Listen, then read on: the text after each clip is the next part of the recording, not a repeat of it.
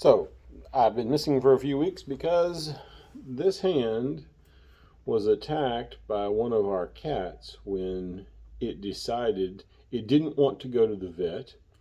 And so you can kind of still see if you look real close. I guess the camera won't focus on it, but I've got some scar tissue that's built up on this finger from where when I went to pick our cat up, he decided he didn't want to go to the vet and just went berserk biting and clawing.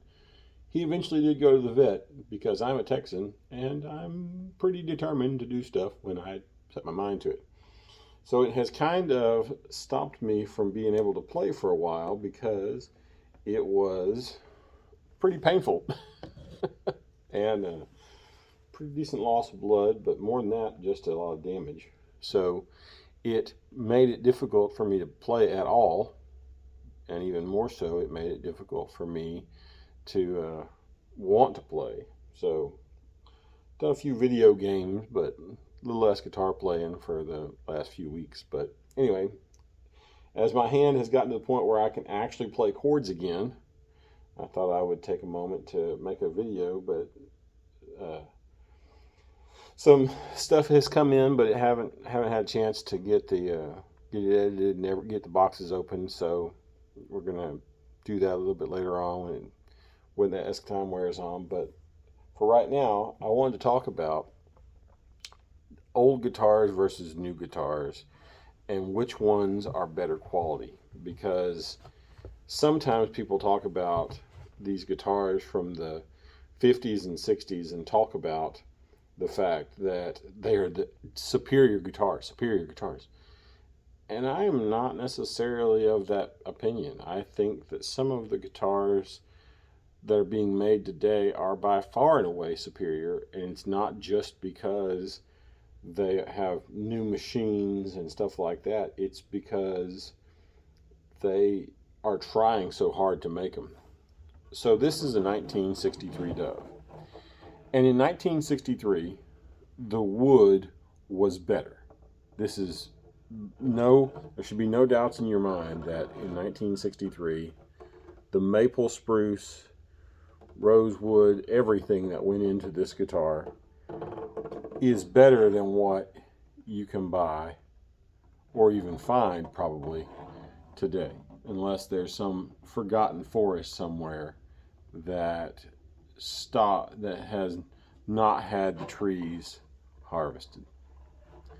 So spruce top, maple back and sides, like I say, you can see the quilting on it. And in 1963, this was just the second year of production for the Dove. 62 was the first year. And realistically, they just made it. Every guitar they made was just the guitar they made. There was no, we're going to age the wood or we're going to do anything special to it. It was just a guitar. And they made it. And it was on a production line in Kalamazoo, Michigan. And they just made stuff there. And it sounded probably much like what you would get from one today.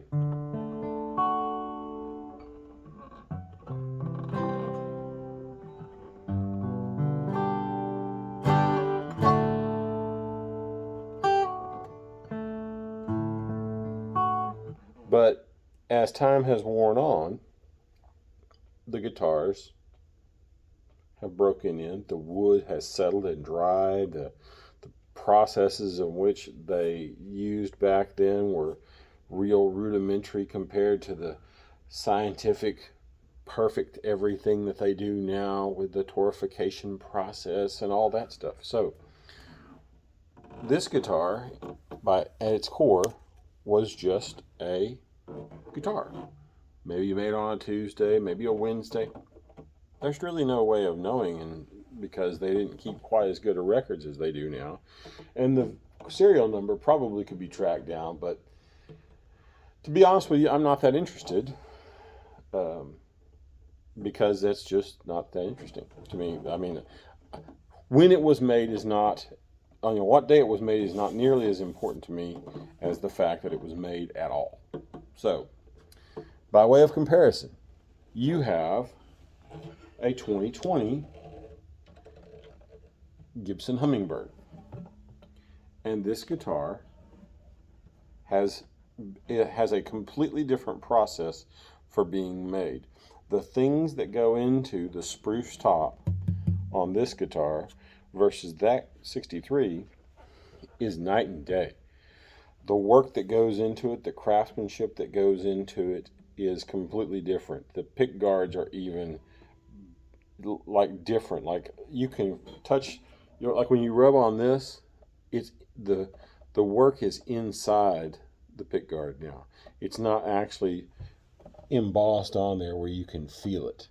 Like when you rub on the Dove, you can physically feel, and I don't know if I can get it to show you in the light, but you can physically feel the mother of pearl, the pearl inlay on the Dove. You can feel the letters or the flowers and everything. So this guitar, as much as it's very ornate, but these the original hummingbirds and doves were all picked off. The colors and stuff were picked off over the years because of the way they were made. So now, when you go and pick up a hummingbird, there is no tactile feel to this. Now, admittedly, the hummingbird might have always been like that, but I thought I've seen hummingbirds that had been strummed off. So that makes me feel that this is being on the inside is something that they picked up over the years of, oh, we can make it last longer by doing it differently. Because like I say, you can look at here and see with the reflection in the light that there is no difference. It is perfectly smooth all the way across. So there is no tactile feel to it because it's inside the actual pick guard. So, you know,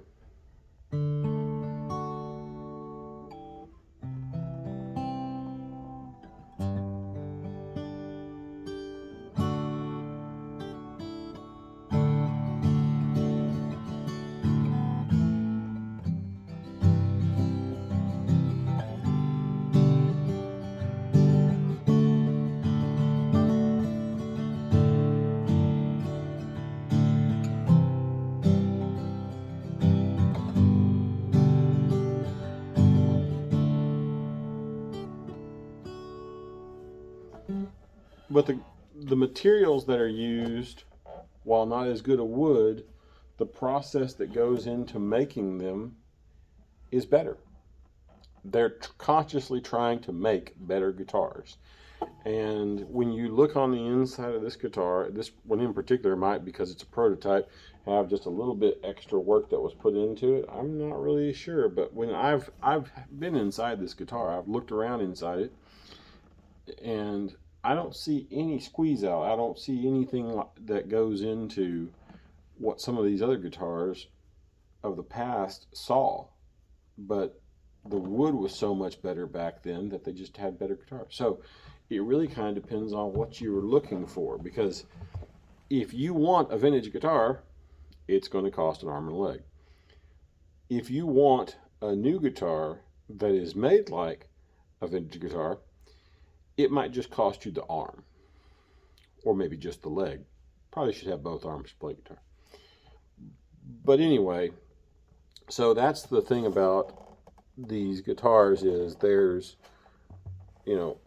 ways that they were made back then that were they just did it. It was not we're trying to be good. They just made good guitars because they were handcrafted. The Kalamazoo plant was where things happened, that some of the most magical guitars of all time were made there. But at the end of the day, the guitars that are made in Bozeman and Nashville are every bit as good, if not better, than the quality was back in 1963. And if you want a good guitar, buy a new guitar, Because if you're going to play it, it absolutely is going to be something where a guitar like this Hummingbird here is going to last a long time. But, we think about and we kind of go back to the, 50s, 60s as a magical time for guitars, and they're icons now, and I almost idolize these guitars that were made back then. And to think about the fact that the guitars now might someday be that, it's going to take a while to get there, because this guitar is a 2020 model. And that means for this guitar to get to the same worn in spot and age that the Dove is, it will be 2079, because that guitar was made in 63. So 59 years before this guitar can reach that age. And that guitar will be, by that time, will be over 100 years old, but by 16 years. So in 2080, well after I'm gone, this guitar might sound every bit as good as that one does right now. And who knows?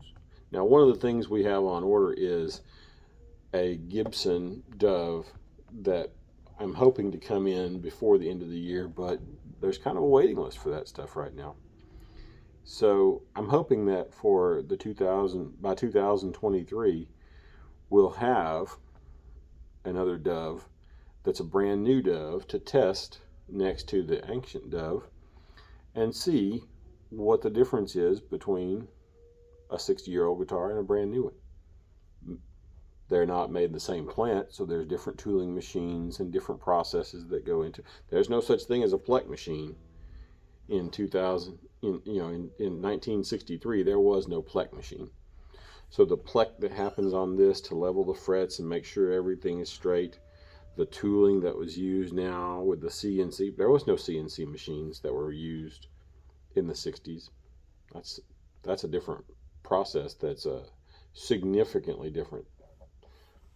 But it really is nice to play this guitar.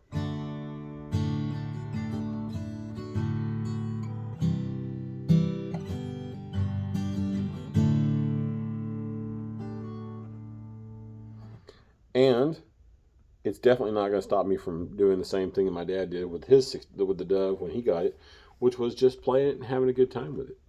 Take it places, play guitar out and about, and enjoy the instrument, because the more you play it, the better it will sound.